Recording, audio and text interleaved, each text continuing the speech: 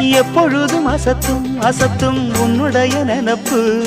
என்ன செஞ்சு அடங்கும் அடங்கும் என்னுடைய தவிப்பு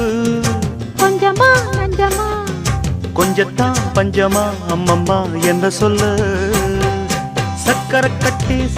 கட்டி சந்தன பெட்டி இந்த சித்திர குட்டி